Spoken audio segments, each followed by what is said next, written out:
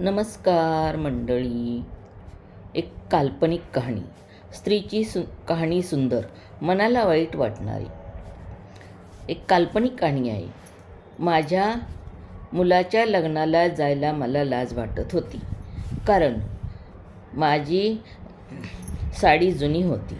पण जेव्हा माझ्या सुनेने माझ्या अंगावर ती हिरवी साडी पाहिली, तिच्या बोलण्याने सगळा हॉल रडला. कारणही तसंच होतं.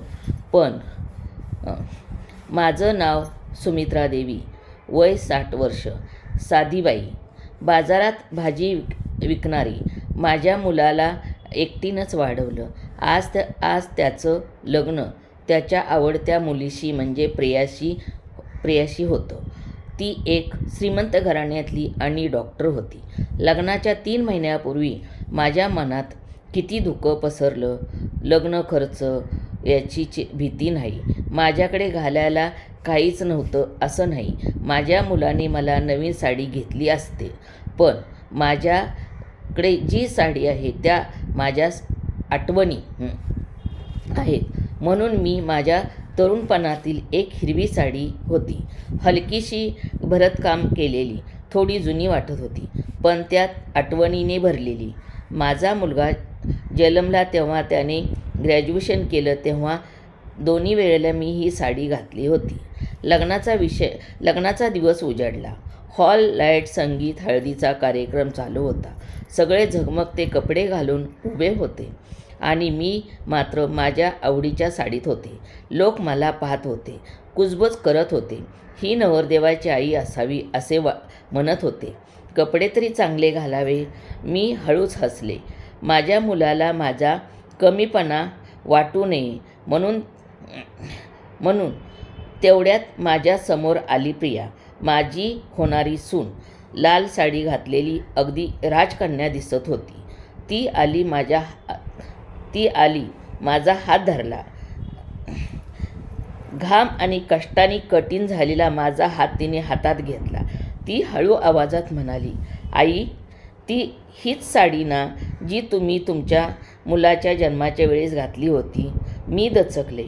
तुला कसं कळलं? प्रिया हसली. तिच्या डोळ्यात पाणी चमकलं. मग ती म्हणाली, त्याला जेव्हा आठवायचं त्याची आई साडीवर किती प्रेम करते, तेव्हा तो आम्हाला याच हिरव्या साडीत आठवायची. त्याला तुम्ही जवळ घेतलेले हॉल शांत सगळे ऐकत होते. ती पुढे म्हणाली, आई, मला नाही वाटत की तुम्ही दुसरी साडी घालावी.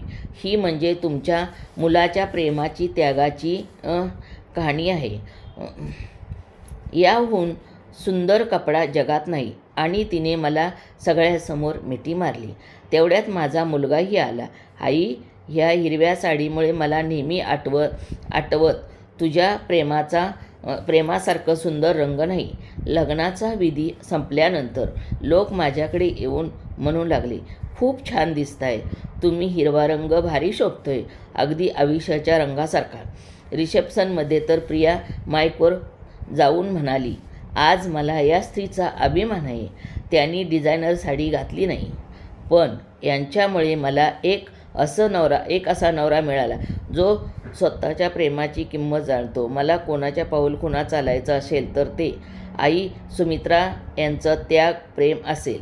हॉलमधून सगळे लोक उभे राहून टाळ्या वाजवत होते आणि मी माझ्या जुन्या हिरव्या साडीत उभी होते. आयुष्यात पहिल्यांदाच सुंदर वाटत होते, कारण सुंदरता कपड्यात नसते, ती त्यातल्या कहाणीमध्ये असते. आणि आईच्या साडीचा रंग नेहमी प्रेमाचा हिरवा असतो. तुमच्याकडेही अशी एखादी आठवण आहे का?